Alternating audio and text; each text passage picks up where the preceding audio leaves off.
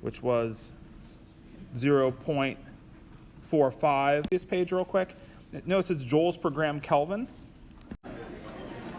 Good morning, everyone. So we're going to get started back in chapter 5. So just to kind of set the stage for where we're at. So we're going to probably come close to finishing chapter 5 today, but wrap it up on Friday, move into chapter 6 on Friday, spend next Monday and Wednesday on chapter 6. Probably will come close to finishing chapter 6, if not get through it all by Wednesday. And then fall break is Thursday and Friday next week. The following week is midterm 2. We'll have Monday and Wednesday to review any topics that we don't review topics ahead of midterm 2, and then we'll get into chapter 7 after midterm 2 the following Friday. Okay, so we're just trying to get through chapter 6 here before midterm 2. Okay, so last time we were talking about specific heats, that different substances have different characteristic heats that are required to raise the temperature of that substance by 1 degree C. So the specific heat is the amount of heat it would take to raise an object's temperature by 1 degree C. So water is about 4.184 joules per gram Kelvin, so it takes 4.184 joules to raise 1 gram of water by 1 degree C. Iron specific heat is a lot lower, so it doesn't take as much heat to raise iron's temperature for 1 gram of it by 1 degree C. And so we can use the specific heats on the previous page of our notes for this problem here. So we have 10 grams of iron at 100 degrees C being added to 100 grams of water. So you have a chunk of iron that's heated up. You guys may have done this in lab where you might have had a piece of iron. They used to do this, I don't know if you still do it, in like a test tube, and you would heat it up in a boiling water bath. So you have a hot piece of metal, and then you pour it into the relatively cold water. Now, are there 2 answers that you can reject right off the bat here? Like if the water is originally at 25 degrees C, we're adding a hot piece of iron to it, the temperature is not going to spontaneously decrease. So it would be impossible for the water temperature to drop. The way we would calculate the actual final temperature would be to consider perhaps the heat of iron compared to the heat of water, and that they're related by this relationship here, that the iron's losing heat in this example here, and the heat that's being lost by the iron is being gained by the water. So you have this opposite relationship. Now it doesn't matter where you put the negative sign here. You can put the negative sign in front of the iron if you want, or you can put it in front of the water. It's just that whatever the heat change of iron is, the opposite sign but the same magnitude is the heat change for water. So the heat change for iron is the negative of the heat change for water.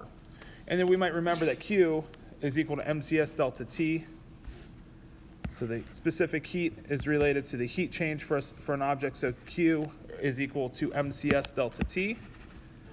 So the heat related to an object's temperature change is related to its mass and specific heat. And so we can write that the heat of iron would be the mass of iron times the specific heat of iron times the temperature change of iron. So that's writing out the heat for iron. And then we can do the same for water, but we just keep the minus sign. And again, we can put the minus sign on either side of the equation, but we have minus the mass of water, the specific heat of water, and then times the delta T of water.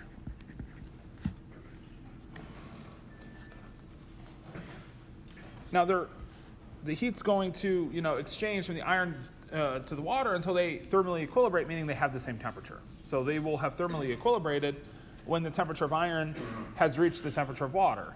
So when they have the same TF, the same final temperature. And so if we're thinking here, we have some temperature final minus our initial temperature. Our initial temperature for iron was 100 degrees. So we can go ahead and write in 100 degrees here. And start subbing in some of our math. And then if we think about our delta T for water, it's the TF minus the initial temperature of water, which is 25.0 degrees C. So the key is that they have the same TF.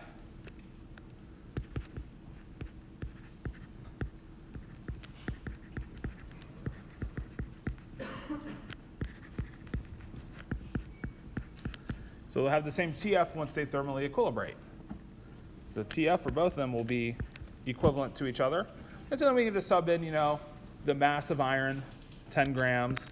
We have 10 grams of iron. Then we need the specific heat of iron from the previous page.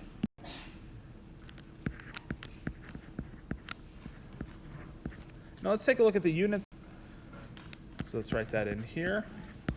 And let's think a little bit about if I really need to change units, or how do I want to deal with the temperature units being in degrees C? Well, let's think about a delta T for a minute, because we're taking the change in temperature from the final minus the initial. If we say the final temperature is 30 degrees C, just for example. So if the final temperature is 30 degrees C, what's the delta T? The delta T would be TF 30 minus 100. The TF would be minus 70 degrees C. Well, if I convert 100 to Kelvin, if I then convert 30 to Kelvin, and then I take the difference in temperature, it would be, so if we convert this to Kelvin, that would be 373 Kelvin. If we convert the hypothetical 30, if that's really the final temperature, 30 to Kelvin would be 30 plus 273, that's 303. We take the difference here, that's minus 70 Kelvin. You see how the delta T in degrees C is equal to the delta T in Kelvin. So we actually don't need to convert our temperature here. In fact, sometimes I see we find the TF in degrees C, and then sometimes students will inadvertently convert it over to Kelvin afterwards or do some funny math with Kelvin. When you're dealing with delta T's, degrees C and Kelvin are interchangeable. So I'm going to leave everything in degrees C. In fact, I'm going to try to almost always cancel out degrees C and Kelvin to force the message that we don't need to convert degrees C to Kelvin when we're dealing with a change in temperature. It's because if you go up by 1 degree C, you go up by 1 Kelvin. So a delta T in degrees C, exact same as it is in Kelvin. Okay, so let me get rid of some of this math here so we can solve the algebra in this problem.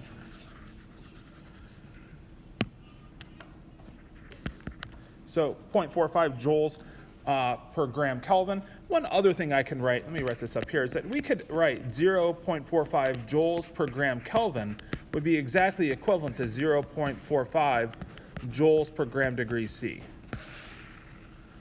Just to also force the message that the same specific heat would be arrived if we had used the unit degree C. So in specific heats, degree C and Kelvin interchangeable. Okay, so then we write in the mass of water. We had 100 grams of water, and the specific heat of water is 4.184 joules per gram Kelvin. Okay, so if you notice, we have a somewhat lengthy but not necessarily impossible algebra problem to solve. We just have to kind of do the factoring in to our expression here, do some rearranging to solve for TF. So it's just unfortunate algebra, sometimes is what I call this, is where we just have to do a relatively long algebraic sort of set of steps to solve for TF. Now, I'll give you one workaround sometimes. If you're on a test, unfortunately, we do a lot of this data entry stuff now. So a lot of test questions these days don't have multiple choices on a math problem like this. But if you have multiple choice answers, you could just plug in each of those as your TF and see which side gives you an equality, which side you get the plus equals the minus. So you could do a plug and chug approach if you had 3 choices to choose from. But the real approach here is to use algebra. So the algebraic approach would be doing 10 times 0.45 and then factoring that into, so that would be 4.5. So we'll have 4.5 TF minus then 100 times 10 times 0.45. So that would be 450 degrees C. And then we're going to have that equal negative 100 times 4.184 times TF. So that's 418.4, but negative. And then minus times negative 25. So we're going to have plus 25 times 100 times 4.184.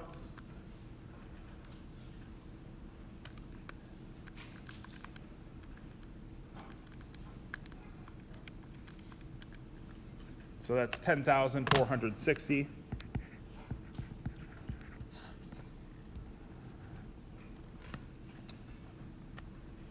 Now, if we really want to see how the units are working, our grams are canceling.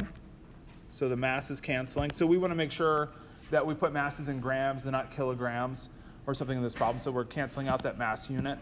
And then, again, we're leaving these in degrees C and canceling out into the Kelvin. And then we have the only unit left of joules on both sides that are going to cancel out when we do some arithmetic eventually. So our joules here are going to eventually cancel out. when we eventually divide the two units by each other. So we still have a little bit of rearranging left to do to solve the algebra step here. So we have negative 450. Let's add that to both sides. So that'd be 10,910. So taking 450, adding it to both sides. And then let's add 418.4 to both sides.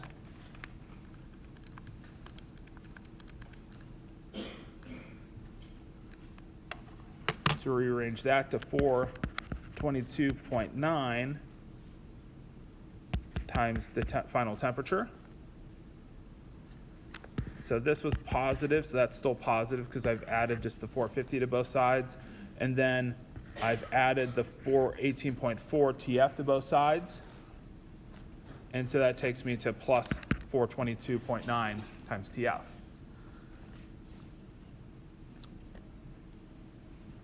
And so then if we divide 10,910 by the answer, we get 25.80. We could get bogged down by sig figs. I'd rather not. We could go back through and talk about the sig figs of the problem. Let's not do that.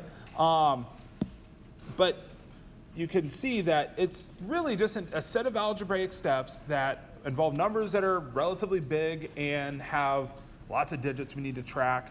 And then the big thing is this negative sign. And the second big thing is that unit of degree C in Kelvin canceling out. And so you can track the degree C in Kelvin one of two ways. You can either just write if we give you joules per gram Kelvin, know it's the same as joules per gram degree C, that they're equivalent to each other, so you don't get tripped up on Kelvin versus degree C conversions. Or just don't worry about the unit conversions at all, because you're taking delta T's, and degree C and Kelvins are interchangeable.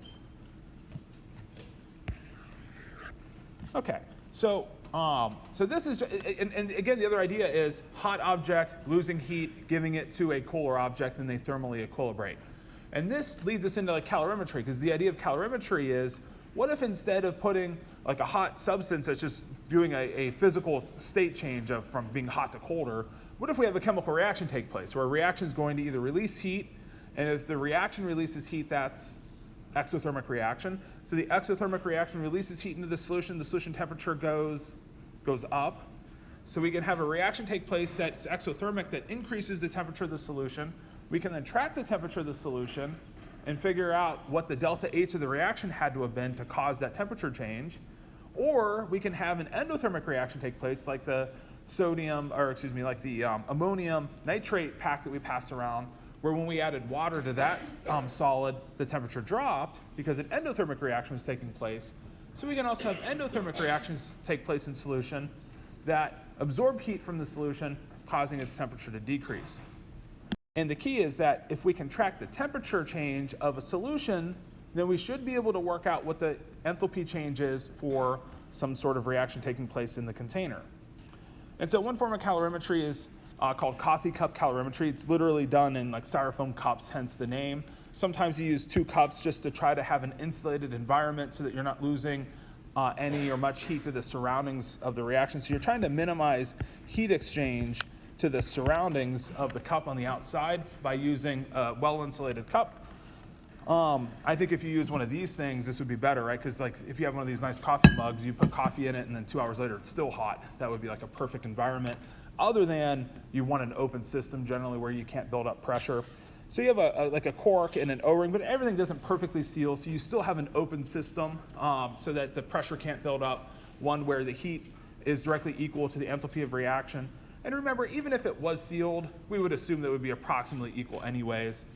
But anyways, you're trying to minimize heat loss to the surroundings of your calorimeter, and then you're trying to track the temperature change with the thermometer in the solution. But the key is that you're tracking the heat of the solution and or the temperature of the solution, which is related to the heat of the solution, and then you're trying to relate that to the heat of the reaction. So the underlying idea of all forms of calorimetry is that there's some reaction taking place, and its heat change is just the negative of its surroundings, and the surroundings of the reaction is the calorimeter, like the entire coffee cup, contents inside the cup, all that stuff. So the calorimeter is the surroundings of the reaction. And the calorimeter is described by mostly being the solution that's inside of the calorimeter. So we end up at kind of an equation that says our Q reaction is the negative heat of the solution, where the solution is primarily the surroundings of the reaction. And so the idea here is that the solution is serving to surround the chemical reaction taking place within it. Now, the only time that sometimes gets a little bit confusing is when you start thinking of water participating in the reaction. Like if you dissolve a solid in water, water is dissolving like each of the ions, so it kind of is participating in the reaction, but it's also, there's a lot of water molecules just hanging out in the middle, watching it all take place. And so water is really just the surroundings of the reaction that's taking place within that solution. And so our reaction is what we're trying to find the heat change of, but by tracking the MCS delta T of the solution. So if you have the mass of the solution, the specific heat of the solution, and then times the delta T of the solution, then we ought to be able to work back to what the heat change of that reaction was. And we'll do an example in a minute so we can see some numbers going in. But the idea is that your solution is just like an MCS delta T problem, like we did previously, but we're using the mass of the solution, specific heat of the solution. A lot of times you'll see the problem say something like, assume the specific heat of the solution is that of water. If it's taking place in water, usually the specific heat's close enough to the specific heat of water that you don't need to do an experiment to determine the specific heat of the solution within the cup. So a lot of times we're assuming this is water, but that's usually assumed in the problem. And then the delta T of the solution is just literally it's TF minus TI.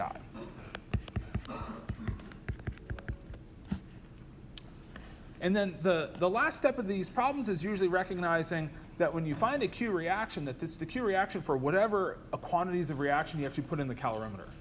And usually you want to get more like the kJs per gram of the reactant reacting, or kJs per mole, or some property of a chemical reaction. So usually there's a final step of taking this Q reaction into a delta H. So usually there's a final step we need to do to figure out how we go from the Q reaction that we found for whatever random amounts were in the calorimeter to something like a kJs per mole quantity, or a kJ per gram, or some property of a reaction. So let's take a look at an example. So of ammonium nitrite. Like nitrate, you might right off the bat think maybe this is going to be endothermic too, like ammonium nitrate was. But it's added to water in a coffee cup calorimeter. We have 2 grams of ammonium nitrite into 50 grams of water. The water is initially at 25 degrees C, and the temperature lowers to 22.24 degrees when we add this solid into the water after it dissolves. Do you think it's endothermic or exothermic? So the reaction of, so if you're looking at the reaction of ammonium nitrite solid dissolving into water liquid to ionize into its ions of ammonium and nitrite, given that the temperature of the solution drops, that's the reaction absorbing heat. The reaction absorbs heat means that it had to absorb heat for the reaction to take place. That's endothermic. And so the delta H for this reaction should be greater than 0. And so if we're savvy in problems, we might be able to, and if they give us multiple choices, that'd be nice too. But if we have a multiple choice test, then we can maybe roll out some answers. If we don't have a multiple choice test, at least we can kind of have right off the bat an idea if the answer should be positive or negative. And so the answer to this problem should be positive. Now let's make sure we read it and see what the question's asking for before we get too far ahead of ourselves. So it's saying, what is the enthalpy of solution of this compound in units of kJs per mole of the ammonium nitrite? And so we're assuming the CS of the solution is 4.184 joules per gram Kelvin, that of water, and that the heat capacity of the calorimeter is 0. But that means this statement here, sometimes to me this is more of a, once you do lab, we throw this statement in there, and I think you guys have done this experiment already.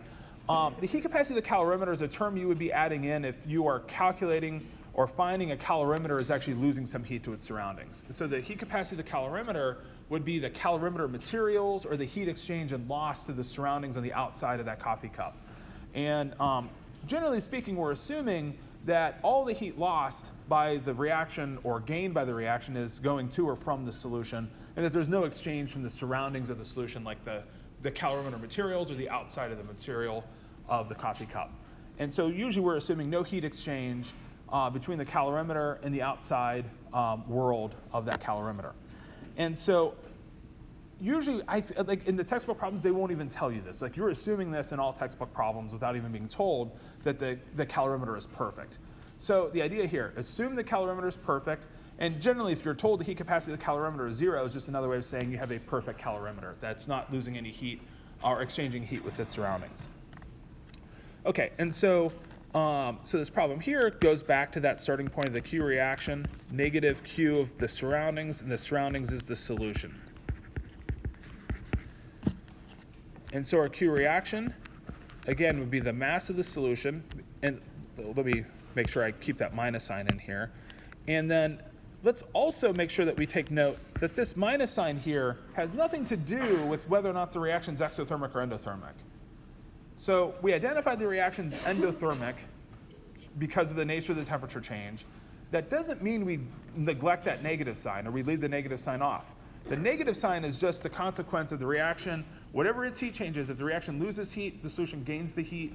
If the reaction absorbs heat, the solution lost the heat for that reaction to absorb. So we just always have this inverse relationship between the system or the reaction and the surroundings. And so if the heat's being lost, it's going to the other. If the heat's being gained, it's coming from the other. And so this minus sign is always going to be here. So our minus M solution times the CS of the waters, we're told to assume the CS of the solution is that of water, and then the delta T of the solution. And so we have the mass of the solution. Now the reason why I'm trying to make sure we're like being careful with solution versus water is because I don't want to use the mass of just water here. I don't want to use the mass of just ammonium nitrate here. I want to use the mass of the solution. The solution's both of them. So the solution is the 2 grams plus the 50 grams, so it's 52.0 grams.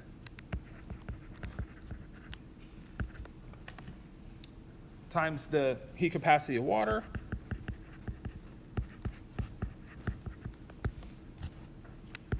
Then my TF minus TI, so final, 22.24 minus 25.00 initial. The sign here and the sign we're going to get on our delta T should lead us to the right magnitude, either positive or negative, for the reaction being exothermic or endothermic. So that's why we keep the minus sign, and then the delta T, applying it appropriately for the true final temperature minus initial, should lead the signs to leading us to the proper magnitude of Q reaction for, in this case, what we expect to be endothermic. And so 22.24, that's 2.76, right? So yeah, negative 2.76 is our delta T. I'm going to leave that in degrees C so that I can then just force this issue here.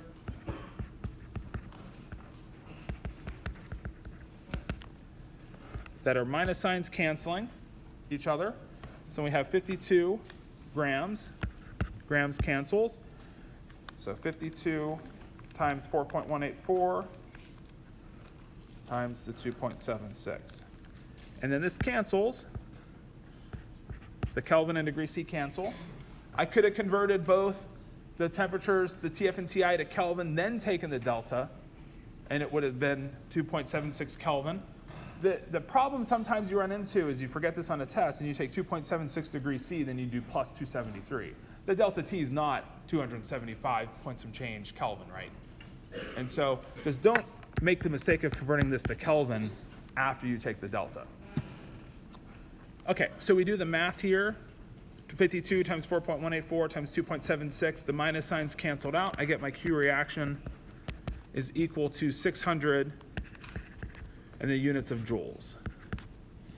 And I think this was only 52.0. So this, in this 2.76, so this will be good to 3 sig figs. So 600 joules to 3 sig figs.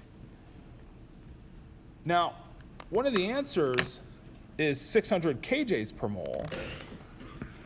Is that the answer? No, it's actually not the answer. And one of the ways you know it's not the answer is that if we track our units here, this is still in joules, not in kilojoules, and I don't see a mole unit anywhere yet either. So we still need to consider one final step here. The final step we need to realize is that this was the heat change when we had 2 grams of ammonium nitrite reacting.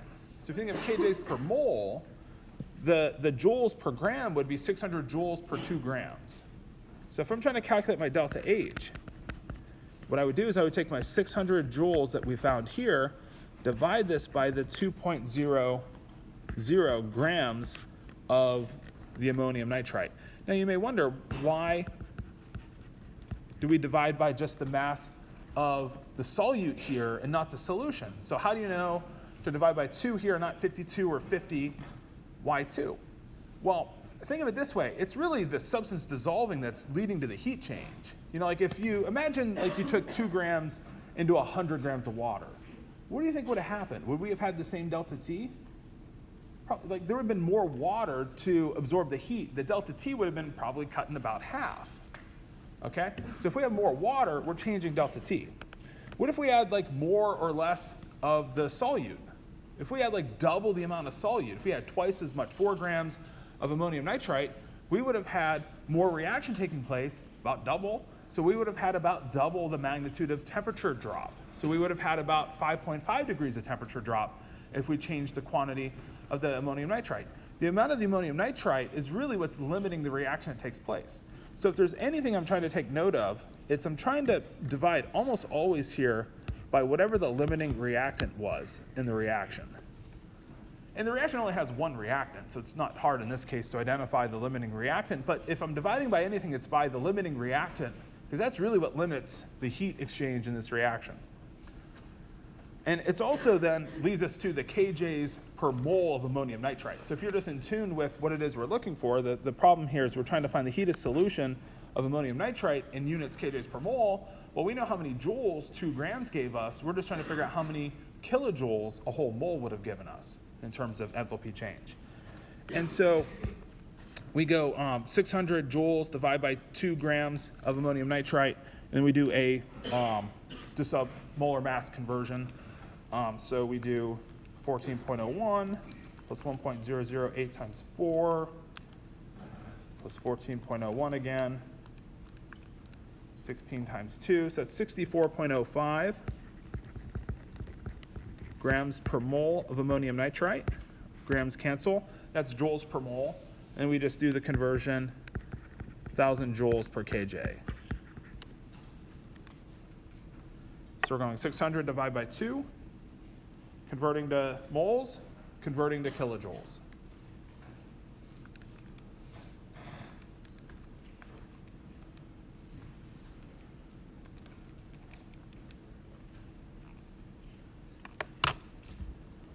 So I started with plus 600, nothing changed signs here, so we're still arriving at plus 19.2 kJs per mole for answer C. So let me zoom in here a little bit here. So we're going joules per gram, converting grams to moles of ammonium nitrite, using its molar mass, and then joules to kJs. So kJs per mole. Okay, so this final step here is just how we take the idea of how much reaction occurred in the calorimeter, so it's the heat per limiting reactant, whatever that was, and then just converting units from there. Okay, now there's one other. Say that again? The ammonium nitrate, 2 grams, that temperature was not given. So we kind of assumed it's 20. Oh, yeah. So you're assuming that, that you're just starting with the sample at room temperature as well. So you're starting with water at room temperature, and you're assuming that if that, so that's just the temperature of water probably was in the room, that the sample would have been at the same temperature. Yeah, so we're not, it's not like the last problem where we heated up iron to begin with. This is just 2 like benchtop chemicals being added together where they're at the same temperature starting.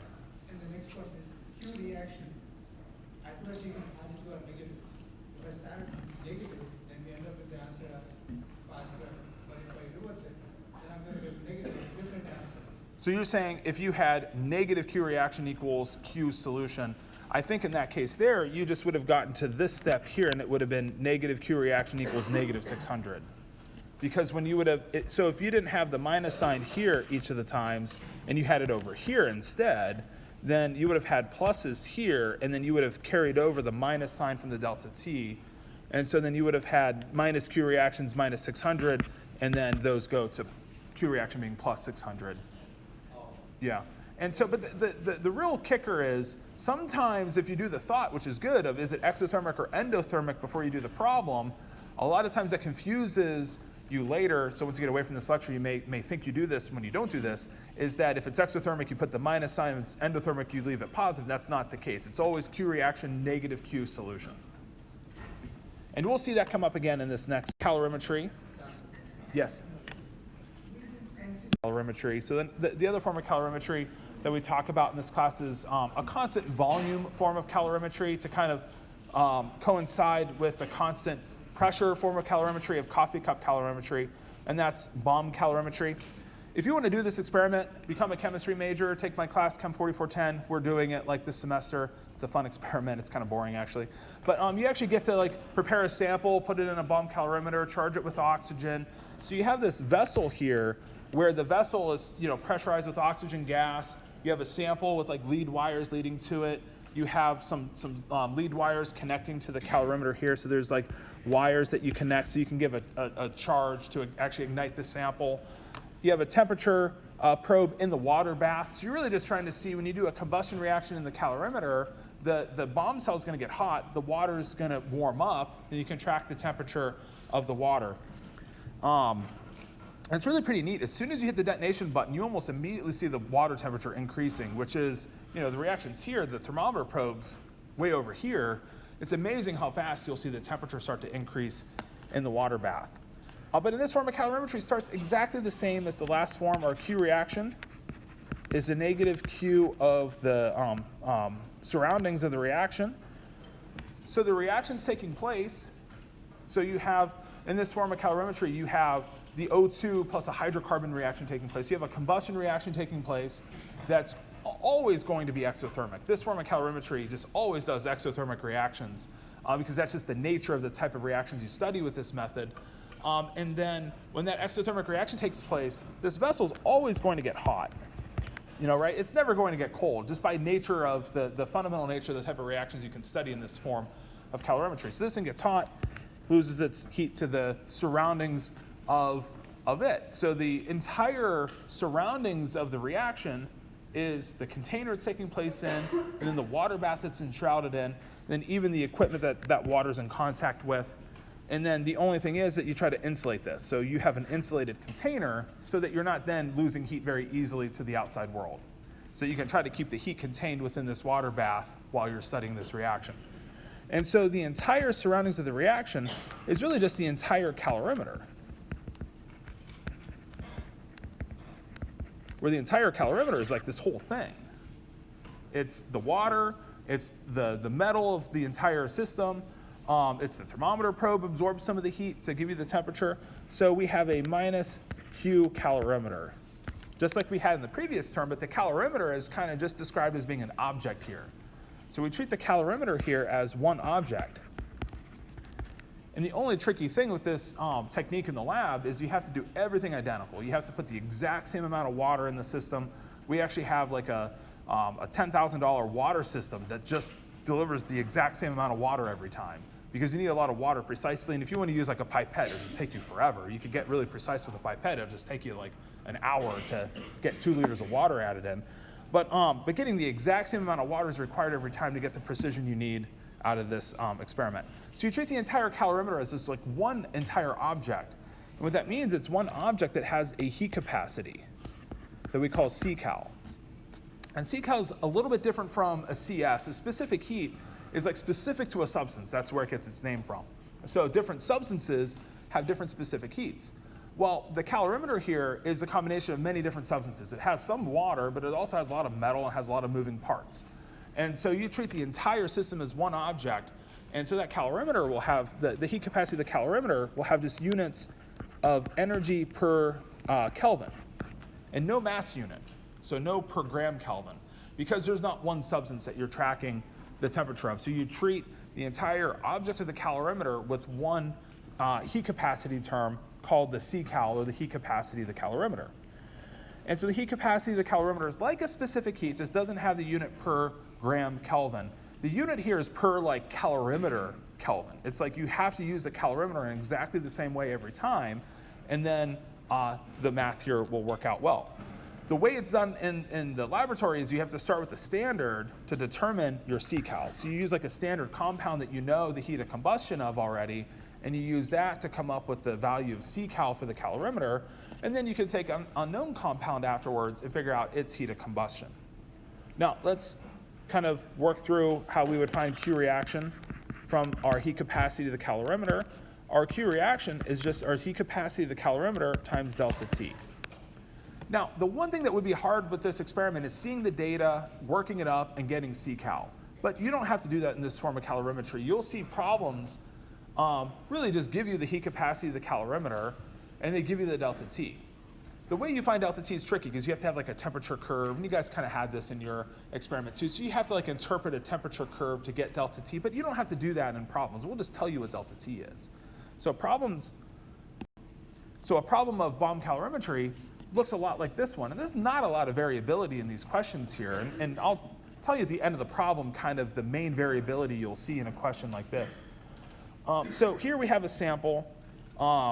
It's C7H16, so it's heptane. So we have heptane being combusted in a calorimeter, bomb calorimeter with excess oxygen. And again, you know that reaction's exothermic by nature. So all of our answers are exothermic. So knowing it's exothermic didn't really help. But so the bomb calorimeter has a heat capacity of 10.94 kJs per Kelvin, and the calorimeter increases from 20.000 to 26.589 degrees C upon detonation, upon ignition of the sample so that it burns with the oxygen gas and produces CO2 and water, of course. And so then what is the enthalpy of combustion of this compound in kJs per mole? So kind of the same type of question we had before of what's the heat of solution of ammonium nitrite? Well, here we're asking what's the heat of combustion of this compound? And so the reaction is this combustion reaction, or Q reaction is, again, negative Q of the surroundings. And the surroundings is the entire calorimeter. And that calorimeter is described by its Ccal and then delta T. And so all we need to do is take negative heat capacity of the calorimeter, 10.94 kJs per Kelvin. I like to say, and some problems will say this, like includes the water that's surrounding it, just to kind of make sure that you're in tune with the idea that you fill this calorimeter with the water, and the entire object, including that water, has this heat capacity of the calorimeter. Oh, it's kJs per Kelvin. So kJs per Kelvin, and then times our delta T. So T final minus T initial. I think we can pretty easily see that's 6.589 degrees C. So the degree C cancels too. If I want to convert to Kelvin, then take the delta and see that you didn't need to convert to Kelvin. So 6.589 cancels into Kelvin. And so if we do this math here,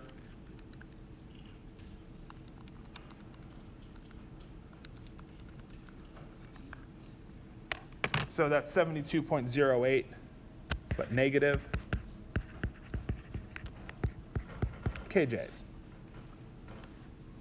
Now, the variability is usually in this part of the question here. Like, so the variability you tend to see is like, what do we ask for here? Do we ask for, occasionally the problem will say, what's the Q reaction in the calorimeter? Or what's the heat of the reaction occurring inside the calorimeter? And if that's the question, the answer is minus 72.08 kilojoules. Yeah? Yeah. I said I was going to do this just to make sure to drive the message that you don't like. It's the problem or the issue that when you're dealing with a delta T, if you convert both these temperatures to Kelvin, then take the delta, it's 6.589 Kelvin. Just like in the specific heat problems. And so this could have been written 6.589 Kelvin, then clearly you can see it canceling then. But I just want us to see that we don't need to double convert. Like, you don't need to take the delta in degree C and then add 273.15 and then get the answer wrong. So we could also have realized that a kJ per Kelvin is going to be the same as a kJ per degree C anytime you're multiplying by a delta T. So we could also have written 10.94 kJs per Kelvin equals 10.94 kJs per degree C. And that's a good question. Like I think in my head, from the specific heat, that would have been, I thought that might have been clear, but I think losing the gram out in front, maybe that's where it became unclear, going from a specific heat to a different type of heat capacity term. So I understand that's a good question. Okay, so 72.08. Would have been the answer if the question were asking for Q reaction. And some problems in the book ask for this. Now, in my mind, the reason why you do this experiment is to find the heat of combustion of a compound, and you look it up and compare with the literature value, which are always listed in kJs per mole. So the real thing you would usually want to find is what's the heat of combustion for the compound in units kJs per mole. And so if we want this in kJs per mole, what we would do is kind of that same approach we did on the last problem. To find delta H, we would take our Q reaction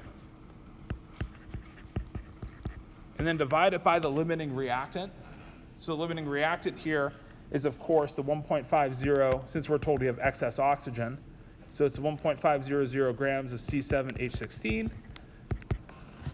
And that's also what we want to know the heat of combustion of in kJs per mole of that substance. And so then we're actually given the molar mass 100.21 grams per mole. And we already were in kJs. So 72.08 divided by 1.5 grams times 100.21. So I get 4,816 kJs per mole.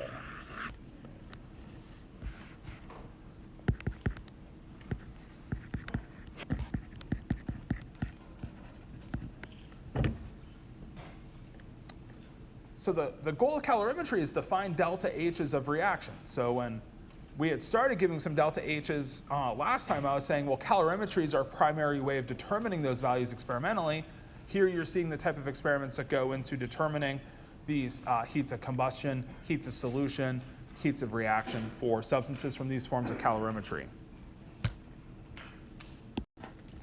Okay, so let's take kind of a little bit of a summary for calorimetry here. So we can study exothermic or endothermic reactions primarily with coffee cups in the constant pressure form. We have a harder time imagining an endothermic combustion reaction. It just doesn't make sense that something's going to combust and be endothermic. Theoretically, you could use a bomb calorimeter for a reaction that is endothermic. There's no reason why you can't. It's just hard to conceive of a type of reaction that's going to combust with O2 but absorb energy somehow. Theoretically possible with bomb calorimetry, but again, practically usually going to be exothermic reactions. Q reaction, negative Q surroundings. That's kind of the big idea here, is that you're just trying to track the reaction's heat change by studying the surroundings. Now, an interesting kind of counterpoint here, just to bring it back to something we said on Wednesday, or geez, what day is it? Today's Wednesday. We said on Monday, was you can't put a thermometer probe on the reaction. You can't just directly study the heat of the reaction directly, because the reaction isn't a thing. It's just the reactants before and then the products after. How do you put a thermometer on something that's not even there anymore versus something that wasn't there to begin with? You know what I mean? It just practically is hard to conceive of how you're going to put a thermometer on a chemical reaction. But you can put a thermometer on what the chemical reaction is in contact with, because the surroundings are there before and after the reaction. So you need something that's present both before and after. That's the surroundings. And so the idea of calorimetry is you're studying the heat change of the surroundings to relate that back to the reaction. So because we have this relationship, and because it's easier to track the temperature change of the surroundings, we can then relate that temperature change of the surroundings back to the reaction. So I just like to say, anytime you see a temperature, just try to remember it's never the reaction's temperature, it's always the surroundings temperature. And you just have to make some sort of relationship back to the reaction. So our open system, coffee cup calorimetry, heat's absorbed or released by some sort of reaction taking place. We have the Q reaction, negative Q solution, negative MCS delta T. And then the Q reaction is the heat of the reaction actually occurred in the calorimeter. Just remember, at the end of a calorimetry problem, when you plug it and solve here, that you're getting the heat of whatever reaction that occurred in that coffee cup. And then our delta H. Now, I guess I should have done this before just to drive home this message, that the delta H is approximately equal to the heat change. So when we get to the final step, we solve for delta H related to the heat change in the calorimeter, that's an approximation due to that issue of a small amount of work change could have changed inside the calorimeter. And so this is just coming from this whole issue of, if you remember from last time, we were talking about the issue of work in a constant volume environment. We just assume that it's approximately equal, but it's close enough because there's not a lot of work really being done just by a small amount of pressure volume change. And so in other words, we're ignoring the small change of work that might be changed inside of the calorimeter. So we go Q reaction, negative Q calorimeter, negative C cal times delta T. And then again, the final step, going from what's the heat change for the reaction inside the calorimeter to something like a kJ per mole quantity afterwards. Okay, so then once you have a series of delta H's of reaction that you've studied by whatever means you come to know these delta H's, how can you then find other reactions delta H's? So like, let's say this reaction here, you want to know the delta H of NO plus O goes to NO2. And like, let's also say that this would be a hard reaction to study in the laboratory. So let's say that directly studying this reaction isn't easy or feasible. But what if somehow you knew all these other reactions delta H's? So if you knew the delta H's for NO plus O3 goes to NO2 plus O2. So let's say somehow you knew this delta H was this value here. You know ozones, the O2's delta H is minus 142.3. And then O2 to 2O atoms, you know that delta H is 495. So let's say you know these three reactions delta H's from other means of determining those values. So the question is, what do we need to do in order to manipulate these three reactions where we know the delta H's? Can we manipulate them so we can add up to our desired reaction? So can I find a way to adjust these reactions here such that I add them up and I get my desired reaction out afterwards? Because we saw earlier, if you can add up reactions, then you can add up their delta H's. Now, if I look at these reactions right here, if I just add these up right now, I'd have like NO plus 2 O3s plus O2 goes to a variety of products that aren't the products I'm looking for. So I can't just simply take these delta H's as given and add them up. Does that make sense on how, if I just try to add these reactions up here, they don't lead to a cancellation that leads to the desired reaction. So what I want to do is start thinking of what math steps or flipping reactions, manipulating coefficients, what do I need to do to get these reactions to add up to my desired reaction? Well, what I start doing is looking for substances that are only in like one spot in one reaction. So like, for example, NO is a reactant here, and then it's only here in this reaction. And so I know I have to leave that first reaction as is. So I'm going to leave that first reaction as is. I don't need to change anything because I have one NO like I do in my reaction, in the reaction I'm trying to add up to. So again, I'm trying to figure out what do I need to do to get these reactions here to add up to NO plus O goes to NO2. I have to pay a little attention to the physical state. In this problem, everything's a gas.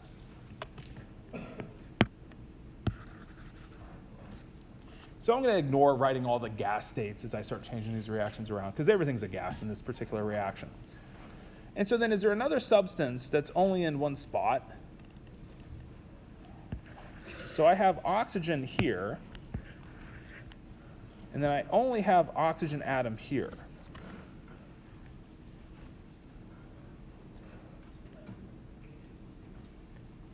So what do I need to do to get this oxygen atom over to the reactant side?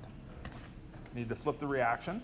So if I flip this reaction here and instead have 2O goes to O2, what have I done to delta H? We would flip the sign.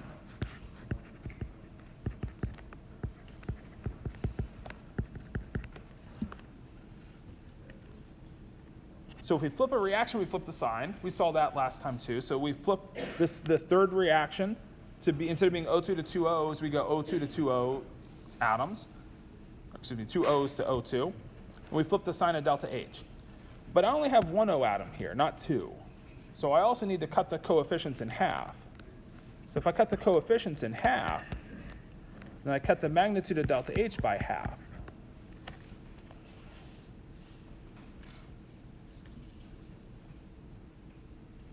Okay, so I've taken the third reaction, flipped it, so I flipped the sign, and then cut the coefficients in half, so I multiplied by half. And then what about the middle reaction?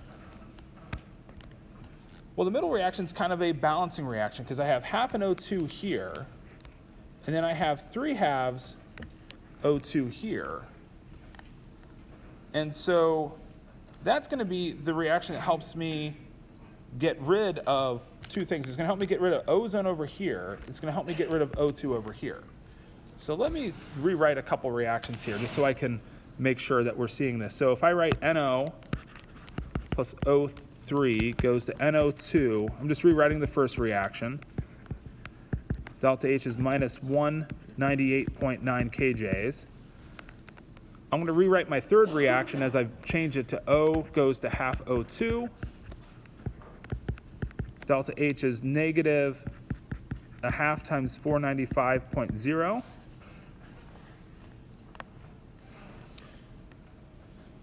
And then, if you notice, there's no ozone in my overall final reaction, so I'm going to flip ozone, that second reaction, so ozone's over here, and then I'm going to have 3/2 O2 over here. And so my ozone cancels here on both sides of the reaction. I flipped that reaction, so I've taken it from minus 142.3 to plus 142.3. All these in kJs. And now,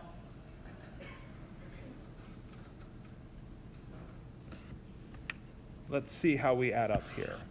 So if I take my half O2, so notice I have 3/2 O2 on the product side. I have 3/2 O2 on the reactant side. So my 3/2 O2 is canceling, just like my ozone canceled. So that if I have whatever the energy is of 3/2 O2 on one side of the reaction, if I have the same number of substances on the reactant side, they cancel into each other. So the only net change here is NO plus O goes to NO2.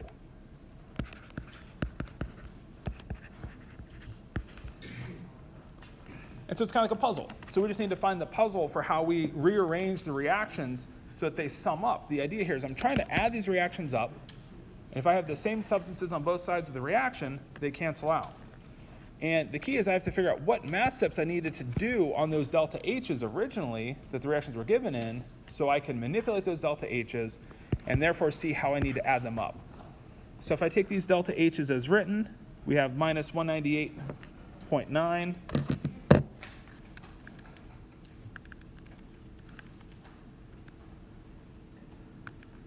so then plus negative a half times 495, and then plus 142.3. So I'm just adding all of these up here and arriving at my delta H of minus 304.1.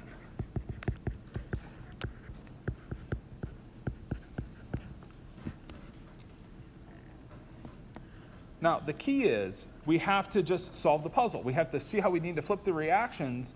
And as we're changing the reactions, we're changing the sign accordingly, or the coefficients, and then hence the multiples of our delta H accordingly. So if we cut the coefficients in half, we cut the magnitude of delta H in half. If we flip the reaction, we flip the sign. So we're just trying to see how did we need to manipulate the reaction signs of those reactions through their changes so that the reactions would add up to our desired reaction. Okay, so Hess's law is really just kind of like a puzzle problem. So rearranging reactions, and just know you're trying to see how do you need to change the reactions around, so you see how you need to change or manipulate the delta H so we can add those up reactions. So then the next topic is enthalpies of formation.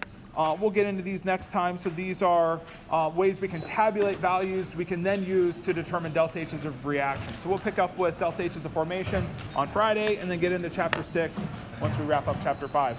All right, guys, have a great day.